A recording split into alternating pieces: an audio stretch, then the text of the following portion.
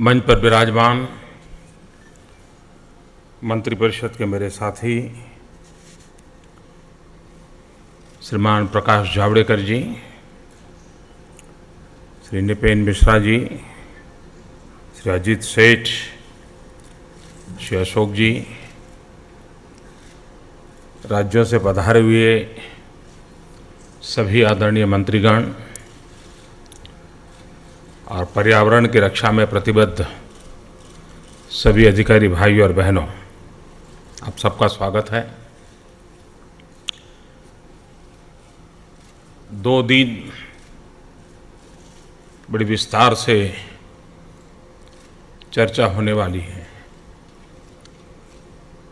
इस मंथन में से कई महत्वपूर्ण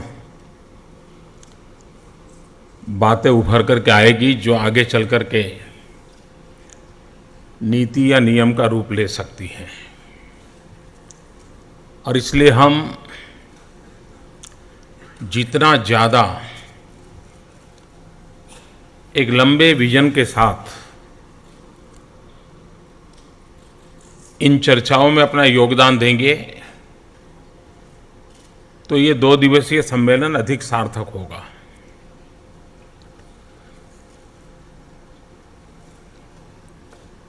इस विषय में मैं कुछ और बातें आज बताने का मन करता है मेरा।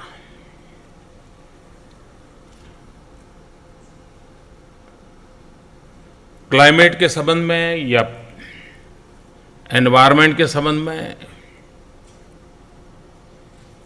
प्रारंभ से कुछ हमारी गलत अभिव्यक्ति रही है, और हम ऐसे जैसे अपनी बात को उस प्रकार से दुनिया के सामने प्रस्तुत किया कि ऐसा लगने लगा कि जैसे हमें न क्लाइमेट की परवाह है न हमें एनवायरनमेंट की परवाह है, और सारी दुनिया हमारी इस अभिव्यक्ति की गलती के कारण ये मान करके बैठी कि विश्व तो एनवायरनमेंट कॉन्शियस हो रहा है, विश्व क्लाइमेट की चिंता कर रहा है, तो ये देश है जो कोई अड़ंगे डाल रहा है। और इसका मूल कारण ये नहीं है कि हमने एनवायरनमेंट को बिगाड़ने में कोई अहम भूमिका निभाई है, क्लाइमेट को बर्बाद करने में हमारी या हमारे पूर्वजों की कोई भूमिका रही है। हकीकत तो उल्टी है। हम उस परंपरा में पले हैं, उन नीति नियम और बंधनों में पले बढ़े लोग हैं जहां प्रकृति को परमेश्वर के रूप में माना गया है, जहां पर प्रकृति की पूजा को सार्थक माना गया है, और जहां पर प्रकृति की रक्षा को मानवीय संवेदनाओं के साथ जोड़ा गया है।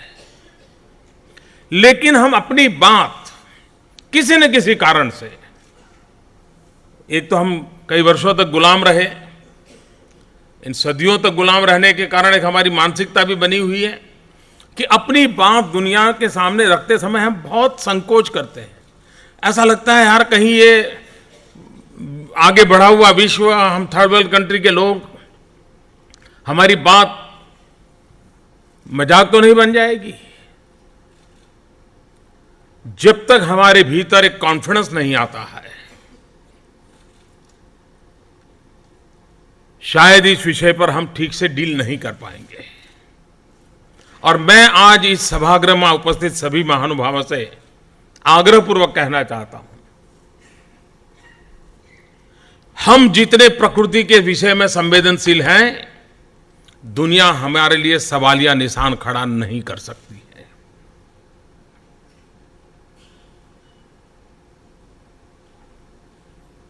आज भी प्रति व्यक्ति अगर कार्बन एमिशन में कंट्रीब्यूशन किसी का होगा तो कम से कम कंट्रीब्यूशन वालों में हम हैं।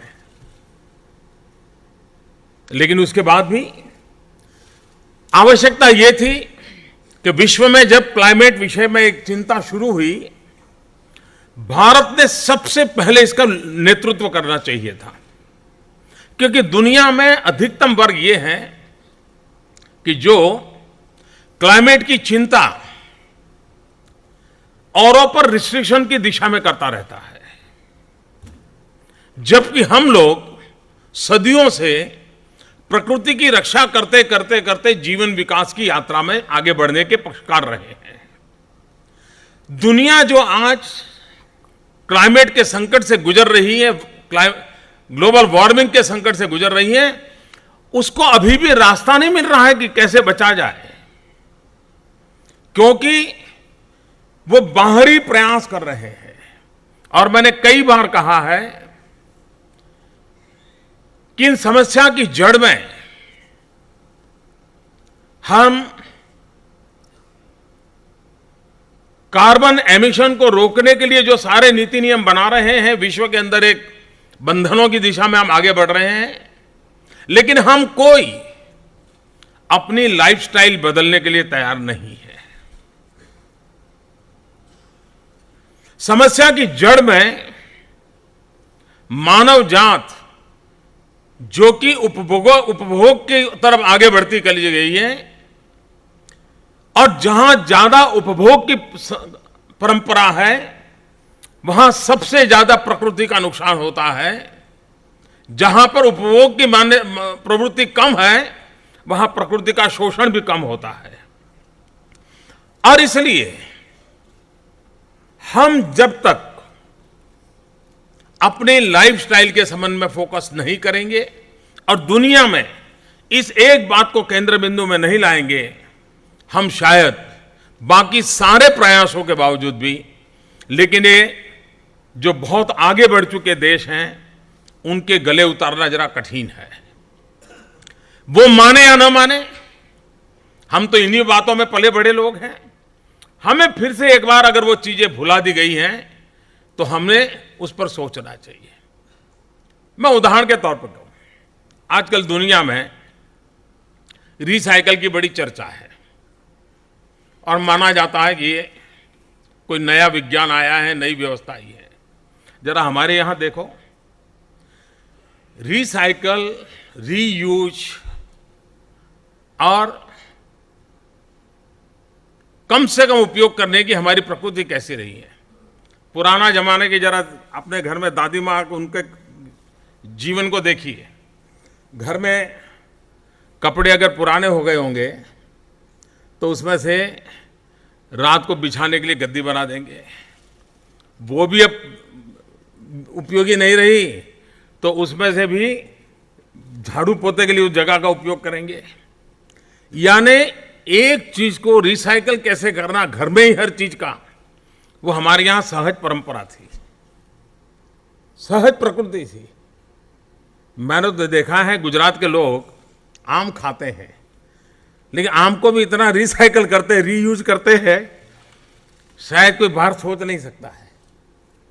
कहने का तात्पर्य यह है कि कोई बाहर से बोरो की हुई चीजें नहीं है, लेकिन हमने दुनिया समझे उस टर्मिनोलॉजी में उन चीजों को आग्रहपूर्वक रखा नहीं। विश्व के सामने हम अपनी बातों को ढंग से रख नहीं पाए।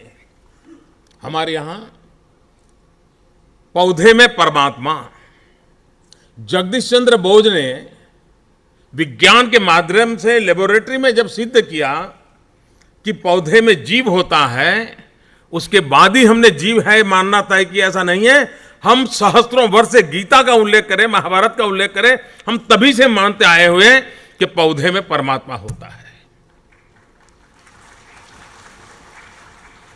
और इसलिए पौधे की पूजा, पौधे की रक्षा, ये सारी चीजें हमें परंपराओं से सिखाई गई थी।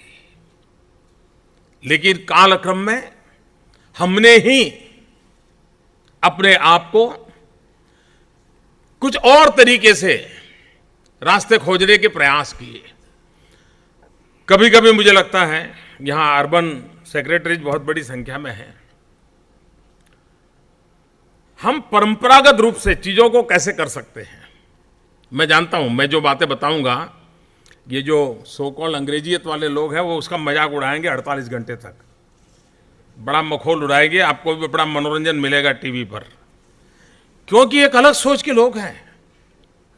जैसे मैं एक बात बताऊं, आपको मालूम होगा यहां से जो जिनका गांव के साथ जीवन रहा होगा, गांव में एक परंपरा हुआ करती थी कि जब फुल मून होता था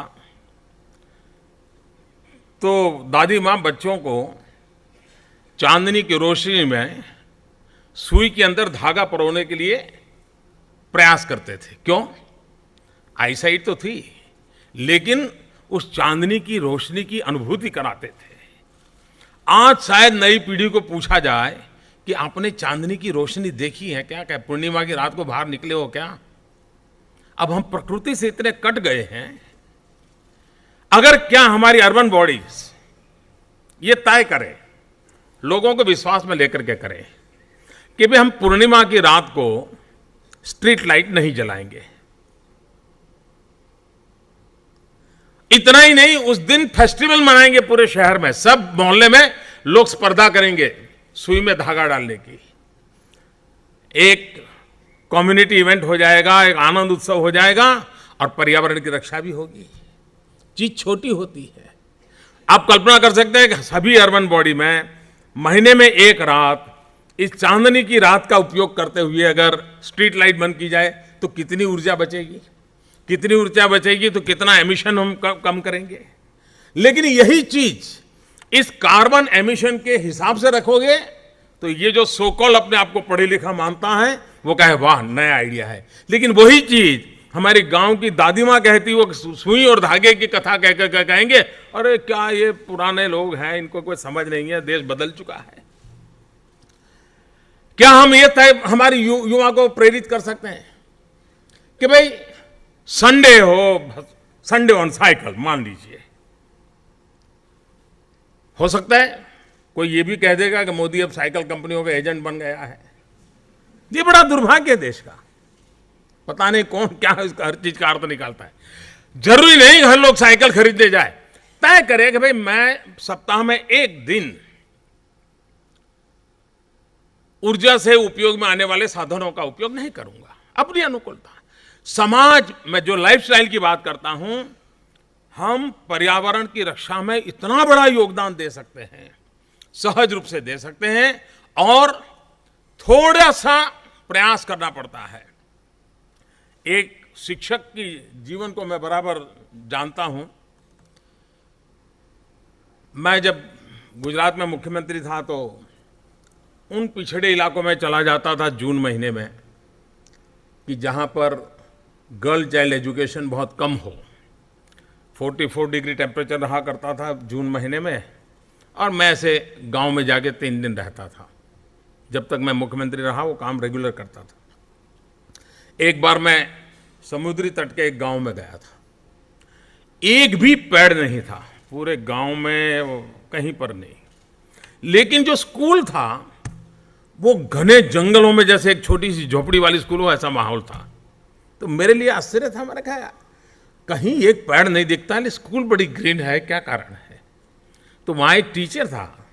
उस टीचर का इनिशिएटिव इतना यूनिक इनिशिएटिव था। उसने क्या किया, कहीं से भी बिस्लरी की बोतल मिलती थी खाली, उठा करके ले आता था। पेट्रोल पंप पर ऑयल के जो टीन खाली होते थे वो उठा करके ले आता था, और ला करके स्टूडेंट को एक एक को दे देता था साफ कर करके खुद। और उनको कहता था कि आपकी माताजी जो किचन में बर्तन साफ करके किचन का जो पानी होता है वो पानी इस बोतल में भर करके रोज स्कूल में जब आओगे तब साथ लेके आओ। और हमें भी हैरानी थी कि सारे बच्चे हाथ में ये गंदा दिखने वाला पानी भर कर क्यों आते हैं।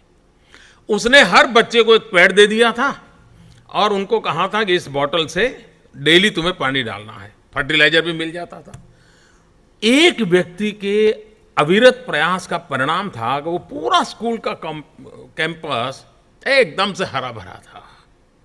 कहने का तात्पर्य है कि इन चीजों के लिए समाज का जो सहज स्वभाव है, उन सहज स्वभाव को हम कितना ज्यादा प्रेरित कर सकते हैं, करना चाहिए। मैं एक बार इजराइल गया था। इजराइल ने रेगिस्तान में कम से कम बारिश, एक एक बूंद पानी का कैसे उपयोग हो, पानी का रिसाइकल कैसे हो, समुद्री के पानी से कैसे स्वीट वाटर बनाया जाए, इन सारे विषयों में काफी कुछ उन्होंने काम किया है। काफी प्रगति की है। इजराइल दो हिस्सों में, एक अभी भी रेगिस्तान है जहां हरा भरा होना बाकी है, और एक है पूर्णतः उन्होंने रेगिस्तान को हरा भरा बना दिया है। बेन गुरियन जो इजराइल के राष्ट्रपिता के रूप में माने जाते हैं, तो मैं जब इजराइल गया था तो मेरा मन कर गया कि उनके जो निवास स्थान है मुझे देखना है, उनकी समाधि पर जाना है। तो मैंने वहाँ की सरकार को रिक्वेस्ट की थी, बहुत साल पहले की बात है, तो मैं वहाँ गया था। उनका घर उस रेगिस्तान वाले इलाके में ही था, वहीं रहते थे वो। और दो चीज़ें मुझे मन को छू गई। एक, उनके बेडरूम में महात्मा गांधी की तस्वीर थी। वे सुबह उठते ही पहले उनको प्रणाम करते थे। और दूसरी विशेषता ये थी कि उनकी जो समाधि थी, उन समाधि के पास एक टोकरी में पत्थर रखे हुए थे। सामान्य रूप से इतने बड़े महापुरुष के वहां जाएंगे तो मन करता है फूल रखें वहां, नमन करें। लेकिन चूंकि उनको ग्रीन प्रोटेक्शन करना है, ग्रीनरी की रक्षा करनी है, फूल फल इसको नष्ट नहीं करना, ये संस्कार बढ़ाने के लिए बेन गुरियन की समाधि पर अगर आपको आदर करना है तो क्या करना होता था, उस टोकरी में से एक पत्थर उठाना और पत्थर रखना। और शाम को वो क्या करते थे, सारे पत्थर इकट्ठे करके फिर टोकरी में रख देते थे। अब देखिए एनवायरनमेंट की प्रोटेक्शन के लिए किस प्रकार की व्यवस्थाओं को लोग विकसित करते हैं। हम अपने आप से, बाकी सारी बातों के साथ साथ हम अपने जीवन में इन चीजों को कैसे लाएं, उसके आधार पर हम इसको बढ़ावा दे सकते हैं। हमारे स्कूलों में इन संबंध में किस प्रकार से एक माहौल बनाया जाए, प्रकृति रक्षा, प्रकृति पूजा, प्रकृति संरक्षण, ये सहज मानव प्रकृति का हिस्सा कैसे बने, उस दिशा में हमको जाना होगा। और हम वो लोग हैं जिनका तेन तख्ते ने भूंजी था, यही जिनका जीवन का आदर्श रहा है। जहां तेन तख्ते ने भूंजी था का आदर्श रहा हो, वहां पर हमें प्रकृति का शोषण करने का अधिकार नहीं है। हमें प्रकृति का दोहन करने से अधिक प्रकृति का उपयोग दुरुपयोग करने का हक नहीं मिलता है। दुनिया में प्रकृति का शोषण ये प्रवृत्ति है, भारत में प्रकृति का दोहन ये संस्कार है। शोषण ये हमारी प्रवृत्ति नहीं है। और इसलिए विश्व इस संकट से जो गुजर रहा है, मैं अभी भी मानता हूं कि दुनिया को इस क्षेत्र में बचाने के लिए नेतृत्व भारत ने करना चाहिए, और उस दिमाग से भारत ने अपनी योजनाएं बनानी चाहिए। दुनिया क्लाइमेट चेंज के लिए हमें गाइड करे और हम दुनिया को फॉलो करें, दुनिया पैरामीटर तय करे और हम दुनिया को फॉलो करें, ऐसा नहीं है। सचमुच में इस विषय में हमारी हजारों साल से वो विरासत है। हम विश्व का नेतृत्व कर सकते हैं, हम विश्व को मार्गदर्शन कर सकते हैं, और विश्व को इस संकट से बचाने के लिए भारत रास्ता प्रशस्त कर सकता है। इस विश्वास के साथ इस कॉन्फ्रेंस से हम निकल सकते हैं। हम दुनिया की बहुत बड़ी सेवा करेंगे। उस विजन के साथ हम अपनी व्यवस्थाओं के प्रति जो भी समयानुकूल जो भी बदलाव लाना है, हम बदलाव लाए। अब जैसे अभी, अब ये तो हम नहीं कहेंगे।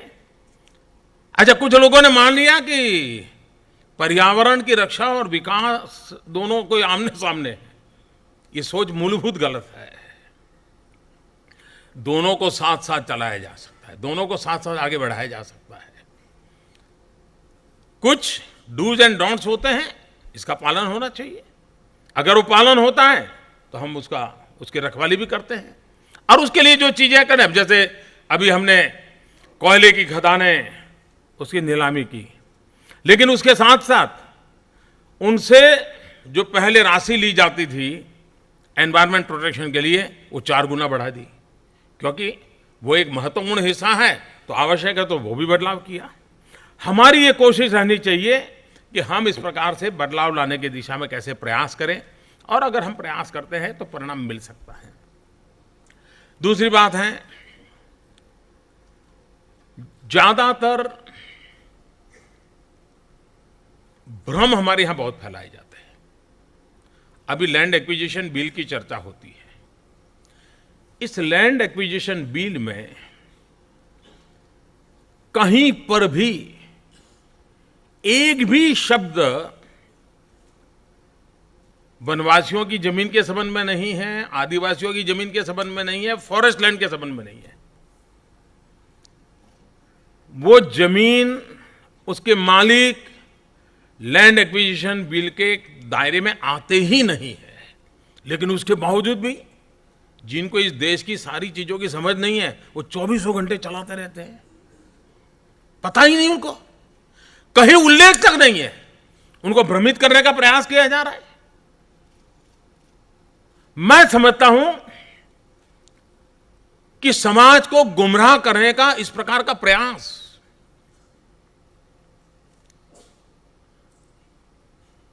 आपके लिए कोई छोटी बात होगी, आपके राजनीतिक उसूल होंगे, लेकिन उसके कारण देश को कितना नुकसान होता है। और कृपा करके ऐसे भ्रम फैलाना बंद होना चाहिए। सच्चाई के धारा पर पूरी डिबेट होनी चाहिए। उसमें पक्ष विपक्ष हो सकता है, उसमें कुछ बुरा नहीं है, लोकतंत्र है। लेकिन आप जो सत्य कहना चाहते हो उसमें दम नहीं है, इसलिए झूठ कहते रहो, इससे देश नहीं चलता है। और इसलिए मैं विशेष रूप से वन विभाग से जुड़े हुए मंत्री यहां और अधिकारी उपस्थित हैं, तो विशेष रूप से इस बात का उल्लेख करना चाहता हूं कि लैंड एक्विजिशन एक्ट के अंदर कहीं पर जंगल की जमीन, आदिवासियों की जमीन, उसका कोई संबंध नहीं है, उस दायरे में वो आता नहीं है। हम सबको मालूम है कि उसके अलग कानून है, वो अलग कानूनों से प्रोटेक्टेड है। इस कानून का उससे कोई संबंध नहीं है, लेकिन झूठ फैलाया जा रहा है। और इसलिए मैं चाहूंगा कि इस कम से कम, और ऐसे मित्रों से मैं प्रार्थना करूंगा कि देश हित में कम से कम ऐसे झूठ को बढ़ावा देने में आप शिकार न हो जाए, ये मेरा आग्रह रहेगा। आज ये भी यहाँ बताया गया कि टाइगर की संख्या बढ़ी है, करीब 40% वृद्धि हुई है। अच्छा लगता है सुन करके, वरना दुनिया में टाइगर की संख्या कम होती जा रही है और 2/3 संख्या हमारे पास ही है। तो एक हमारा ये एक बहुत बड़ा गौरव है, और ये गौरव मानवीय संस्कृति का भी द्योतक होता है। इन दोनों को जोड़कर इस चीज का हमने गौरव करना चाहिए, और विश्व को इस बात का परिचय होना चाहिए कि हम किस प्रकार की मानवीय संस्कृतियों को लेकर के जीते हैं, कि जहां पर इतनी तेज गति से टाइगर की जनसंख्या का विकास हो रहा है। हमारे पूरब के इलाके में खास करके हाथी को लेकर के रोज नई खबरें आती हैं, हाथी के लेकर के परेशानी आती है। अभी मैं कोई एक साइंस मैगजीन पढ़ रहा था, बड़ा इंटरेस्टिंग चीज़ मैंने पहली बार पढ़ी, शायद आप लोग तो उसके जानकार होंगे तो पता होगा। जब खेत में हाथियों का झुंड आ जाता है तो बड़ी परेशानी रहती, कैसे निकालना। ये फॉरेस्ट डिपार्टमेंट के लोग भांति भांति के शस्त्र लेकर के पहुंच जाते हैं, और 2-2 दिन तक हो हल्ला हो जाता है। मैंने एक साइंस मैगजीन पढ़ा, कहीं पर लोगों ने प्रयोग किया है, बड़ा इंटरेस्टिंग प्रयोग लगा मुझे। वे अपने खेत के बाड़ पर या पेड़ है तो उस पर हनी बी को डेवलप करते हैं, मधुमक्खी को रखते हैं, और जब हाथी के झुंड आते हैं तो मधुमक्खी एक स्पेशल प्रकार का आवाज करती है और हाथी भाग जाता है। अब ये चीजें जो हैं कहीं न कहीं सफल हुई हैं, आज भी शायद हमारे यहाँ हो सकता है कुछ इलाकों में करते भी होंगे। हमें इस प्रकार की व्यवस्थाओं को भी समझना होगा, ताकि हमें हाथियों से संघर्ष करना पड़े। मानव और हाथी के बीच संघर्ष के जो समाचार आते हैं, उससे हम कैसे बचें। हम हाथी की भी देखभाल करें, अपने खेत की भी देखभाल करें। अगर ऐसी सामान्य व्यवस्थाएं विकसित हो सकती है, और अगर ये सत्य है, मैंने तो कहीं पढ़ा था, मुझे प्रत्यक्ष किसी से, किसान से मेरी बात हुई नहीं है, लेकिन मैं कभी आसाम की तरफ जाऊंगा तो पूछूंगा, सबसे बात करूंगा, क्या है जानकारी लाने का मैं प्रयास करूंगा। लेकिन अगर आप में से उस दिशा में वहाँ क्षेत्र में काम करने वाले जहाँ हाथी की जनसंख्या है और गाँवों में कभी कभी चली आती हैं, तो उनके लिए शायद हो सकता है कि ये अगर इस प्रकार का प्रयोग कहीं हुआ हो तो काम आ सकता है। मेरा कहने का तात्पर्य है कि ये जगत सब समस्याओं से गुजरा होगा, हम ही एक पहली बार गुजर रहे से थोड़ा है। और हर एक ने अपने अपने तरीके से उसके उपाय खोजे होंगे। उनको फिर से एक बार वैज्ञानिक तरीके से, वैज्ञानिक तराजू से देखा जाए कि हम इन चीज़ों को कैसे फिर से एक बार प्रयोग में ला सकते हैं, थोड़ा उसको मॉडिफाई करके प्रयोग में ला सकते हैं। इन दिनों जब पर्यावरण की रक्षा की बात आती है तो ज़्यादातर कारखाने और ऊर्जा, उसके आसपास चर्चा रहती है। भारत उस अर्थ में ईश्वर की कृपा वाला राष्ट्र रहा है कि जिसके पास मैक्सिमम सोलर रेडिएशंस की संभावना वाला देश है। इसका हमने मैक्सिमम उपयोग कैसे करना, और इसलिए इस सरकार ने इनिशिएटिव लिया है कि हम सोलर एनर्जी, हम विंड एनर्जी, बायोमास एनर्जी, उस पर कितना ज़्यादा बल दें ताकि हम जो विश्व की चिंता है उसमें हम मदरूप हो। लेकिन मज़ा देखिए, जो दुनिया क्लाइमेट के लिए लीड करती है, दुनिया को पाठ पढ़ाते हैं, अगर हम उनको कहें कि हम न्यूक्लियर एनर्जी में आगे जाना चाहते हैं कि न्यूक्लियर एनर्जी एनवायरनमेंट प्रोटेक्शन का एक अच्छा रास्ता है, और हम उनको जब कहते हैं कि हमें न्यूक्लियर एनर्जी के लिए आवश्यक फ्यूल दो, तो उसमें वो मना कर देते हैं।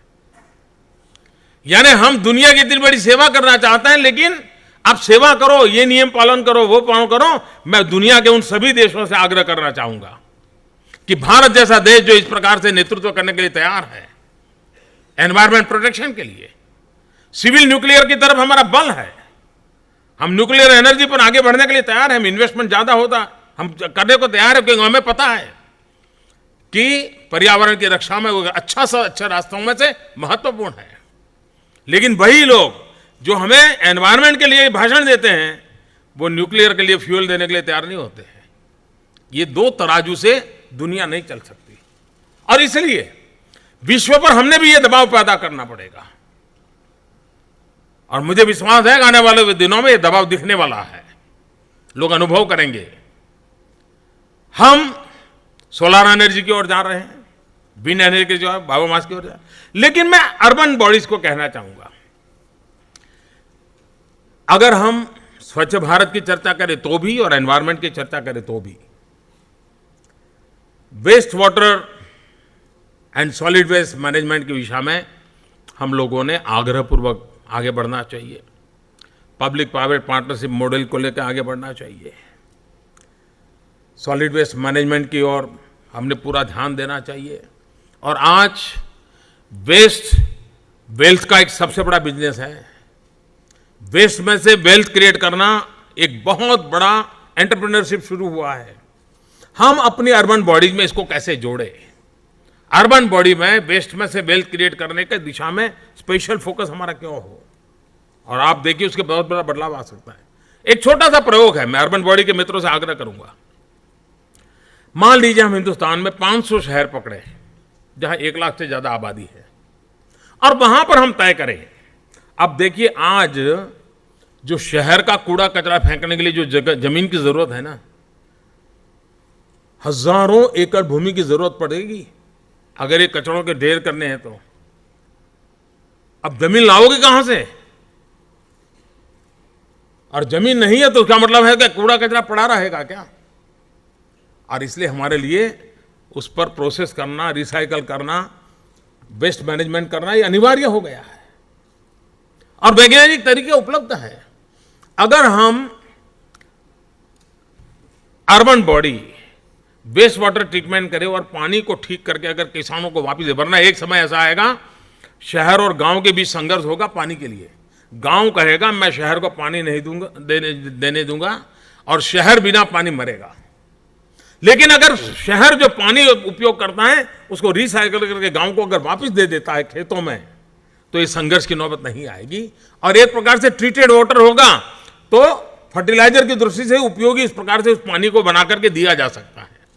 और अर्बन जो बॉडी होता है उसके अगल बगल के गांव होते हैं, वो ज़्यादातर सब्जी की खेती करते हैं, और वही सब्जी उनकी शहर के अंदर बिकने के लिए आती है और रोजमर्रा की उनकी आजीविका उससे चलती है।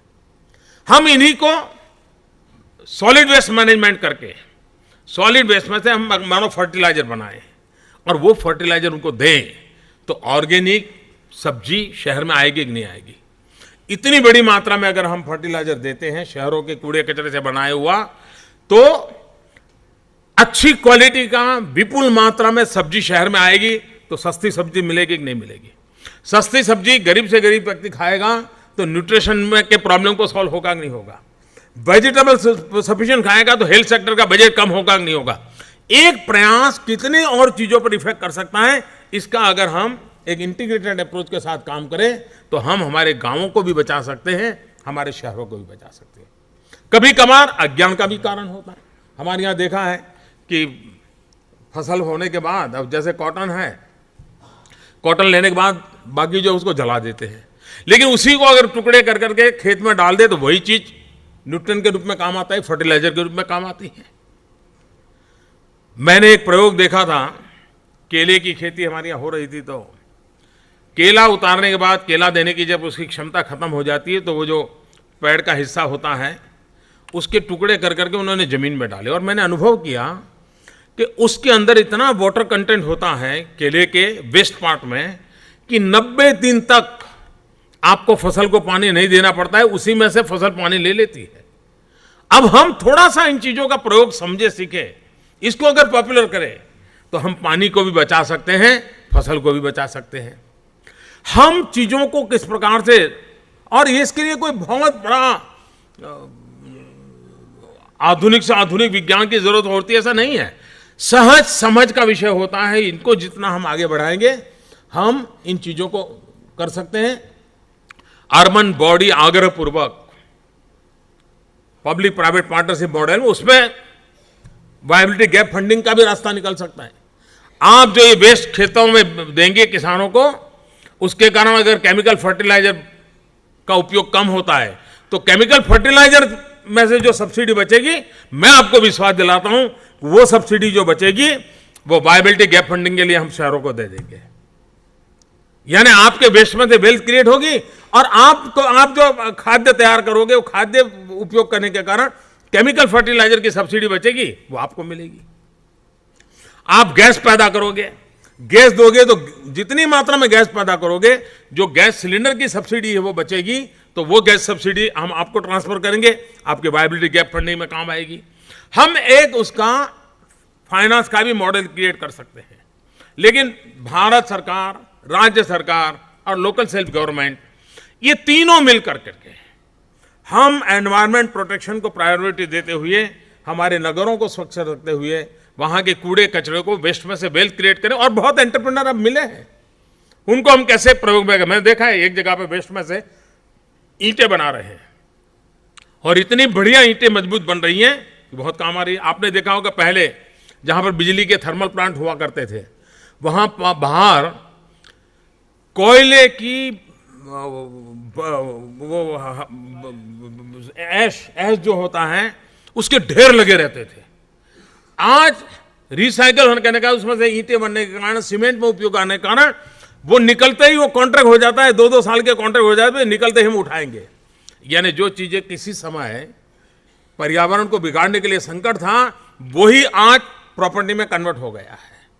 हम थोड़ा इस दिशा में प्रयास करें, हम इनिशिएटिव लें, हम इसमें काफी कुछ मदद कर सकते हैं।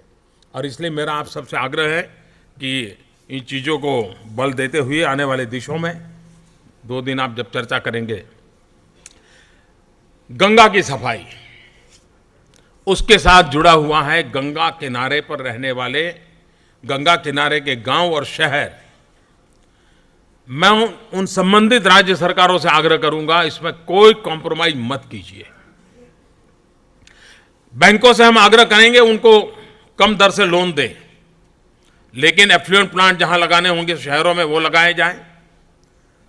सुएज की ट्रीटमेंट के लिए जो की चीजें करनी हो करी जाए। एक बार हमने सफलतापूर्वक 2500 किलोमीटर लंबी गंगा के अंदर जाने वाले प्रदूषण को रोक लिया, पूरे दुनिया के सामने और पूरे हिंदुस्तान के सामने एक नया विश्वास पैदा कर सकते हैं कि हम सामान्य अपने तौर तरीकों से पर्यावरण की रक्षा कर सकते हैं। ये विश्वास पैदा करने के लिए एक मॉडल के रूप में इस काम को खड़ा करना है। और एक बार एक काम खड़ा हो गया तो और काम अपने आप खड़े हो जाएंगे। एक विश्वास पैदा करने की आवश्यकता है और किया जा सकता है। एक बार हम किसी चीज को हाथ लगाएं, पीछे लग जाए, परिणाम मिल सकता है। और मैं चाहूंगा ज्यादातर इन 5 राज्यों से कि जो गंगा के किनारे की उनकी जिम्मेवारी है, 6000 के करीब गांव है, 118 शहर है, कोई 800 के करीब इंडस्ट्रीज हैं जो पॉल्यूशन के लिए जिम्मेवार हैं, इसको टारगेट करते हुए एक बार गंगा किनारे पर हम तय करें कि वहां से कोई भी दूषित पानी या कूड़ा कचरा गंगा में जाने नहीं देंगे। आप देखिए अपने आप में बदलाव शुरू हो जाएगा। फिर तो गंगा की अपनी ताकत भी है खुद को साफ रखने की, और वो हमसे आगे निकल जाएगी। लेकिन हम तय करके हम गंदा नहीं करेंगे तो गंगा को साफ रखने के लिए और हमें और करना नहीं पड़ेगा, वो गंगा खुद अपना कर सकती है। लेकिन हम गंदा न करें इतना तो संकल्प करना पड़ेगा। और उस काम को लेकर के आज यहाँ जब बैठे तब गंगा किनारे के जो इस विभाग के मंत्री हैं, वो क्या अधिकारी हैं, वो विशेष रूप से आधा पौना घंटा साथ बैठ करके उन चीज़ों को कैसे आगे बढ़ाया जाए विशेष रूप से चर्चा करें, मेरा आग्रह रहेगा। फिर एक बार मैं इस प्रयास को का स्वागत करता हूं और मुझे विश्वास है कि इस सपने के साथ फिर एक बार मैं दोहराता हूं, ये एक ऐसा विषय है जो हमारी बपोती है, हमारी डीएनए है। हमारे पूर्वजों ने इस विषय में मानव जाति की बहुत बड़ी सेवा की है। विश्व का नेतृत्व हमारे पास ही होना चाहिए क्लाइमेट के मुद्दे पर, यह मिजाज होना चाहिए। पूरे विश्व को हम दिखा सकते हैं कि ये हमारा विषय है, ये हमारी परंपरा है। दुनिया को हम सिखा सकते हैं, इतनी ताकत के साथ हम यहां से निकले। यही अपेक्षा के साथ बहुत बहुत शुभकामनाएं। धन्यवाद।